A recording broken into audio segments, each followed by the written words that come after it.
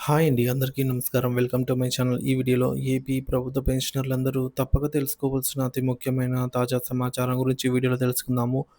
వీడియోనైతే ఎక్కడే కానీ స్కిప్ చేయకుండా ఎండ్ వరకు చూడండి. అప్పుడు ఇన్ఫర్మేషన్ పూర్తిగా అర్థమవుతుంది. వీడియో చూస్తున్న ప్రతి ఒక్కరు వీడియోకైతే లైక్ చేయండి ఫ్రెండ్స్. ఈ వీడియోని తోటి పెన్షనర్ మిత్రులతో అయితే షేర్ చేయండి. కొత్తగా మన ఛానల్ చూస్తున్న వారు సబ్స్క్రైబ్ చేసుకోకుంటే వెంటనే మన ఛానల్‌ని సబ్స్క్రైబ్ చేసుకోండి. దీని ద్వారా నేను చేసే లేటెస్ట్ వీడియోస్ అన్నీ మీ వరకు రీచ్ అవుతాయి. ఇంకా ఆలస్యం చేయకుండా వివరాల్లోకైతే వెళ్ళిపోదాము. ఫ్రెండ్స్ ఈ విషయానికొచ్చినట్లయితే, పెన్షనర్లకు సంబంధించి ఒక కీలక అంశంపై అవగాహన లేకపోవడం వల్ల లక్షల రూపాయలు ఆర్థిక నష్టం వాటిల్లే అవకాశం ఉందని స్పష్టంగా చెప్పవచ్చండి. సో, ఈ సమాచారం మీకు మీ ఆహ్, కుటుంబానికి ఉపయోగపడేలాగైతే వివరంగా అయితే చర్చిద్దాం. ఏపీ పెన్షనర్లకు ముఖ్యమైన సమాచారం ఐటీ రిటర్న్స్ దాఖలుతో వచ్చే ప్రయోజనాలేంటనేది తెలుసుకుందాము. ఐటీ రిటర్న్ దాఖలు చేయడం ఎందుకు ముఖ్యమో ముందు చూద్దాము. చాలామంది పెన్షనర్లు తమ ఆదాయానికి సంబంధించి ఫార్మ్ 16(5) సంతకం చేసి సీనియర్ సిటిజన్ రాయితీని పొందుతారు. కానీ అయితే వారు ఐటీ రిటర్న్స్ దాఖలు చేయడం తప్పించుకుంటారు. దీనివల్ల కొన్ని ప్రధానమైన ప్రయోజనాలనైతే వారు ఇక్కడ కోల్పోతున్నారు. ముఖ్యంగా ప్రమాదవశాత్తు ఏమైనా మరణం సంభవిస్తే అనుకోని పరిస్థితులలో కుటుంబానికి ఆర్థిక ప్రయోజనాలు అందే అవకాశాన్నయితే ముఖ్యంగా ఇక్కడ కోల్పోవడం జరుగుతుందండి.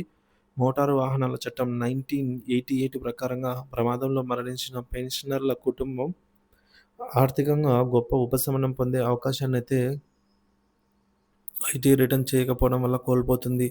ఐటీ రిటర్న్స్ దాఖలుతో కలిగే ప్రయోజనాలేంటంటే, ఆర్థిక సదుపాయం ఒక పెన్షనర్ ప్రమాదవశాత్తు మరణించిన సందర్భంలో గత 3 ఏళ్లుగా ఐటీ రిటర్న్స్ దాఖలు చేస్తే ఆదాయపు పన్ను సగటు 10 రెట్లు కుటుంబానికి అయితే అందుతుందనమాట.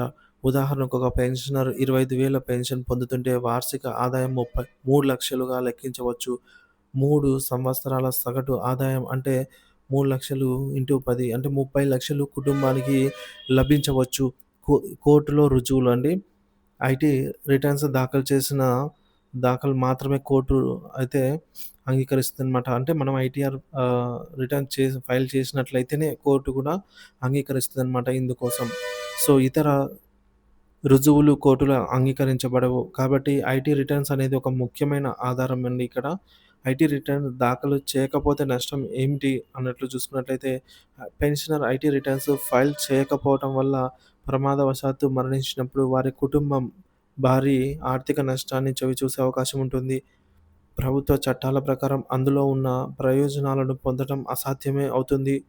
కాబట్టి ప్రభుత్వానికి మరియు పెన్షనర్లకు సూచనలు కొన్ని పెన్షనర్లకు అవగాహన, ఐటీ రిటర్న్స్ దాఖలు చేయడం ఎంత ముఖ్యమో వారికి వివరించాలని ప్రభుత్వం అయితే కృషి చేయాలి.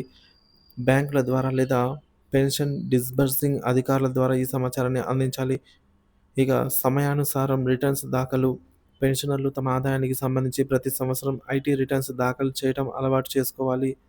ప్రత్యేక శిబిరాల ఏర్పాటు ఐటీ రిటర్న్స్ దాఖలు చేసే ప్రక్రియ సులభంగా ఉండేందుకు సీనియర్ సిటిజన్లకు ప్రత్యేక శిబిరాలను కూడా నిర్వహించాలి. సో, మొత్తానికి పెన్షనర్లు ఐటీ రిటర్న్స్ దాఖలు చేయడం ద్వారా తాము మాత్రమే కాకుండా తమ కుటుంబానికి కూడా భవిష్యత్తులో ఆర్థిక రక్షణ అయితే అందించగలుగుతారు. ఇది ఒక విధంగా వారి కుటుంబ భద్రతకు పునాది వేయటమే.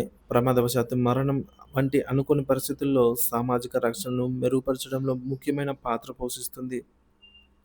సో, దీనిపై మీ అభిప్రాయాన్ని కామెంట్ ద్వారా తెలియజేయండి.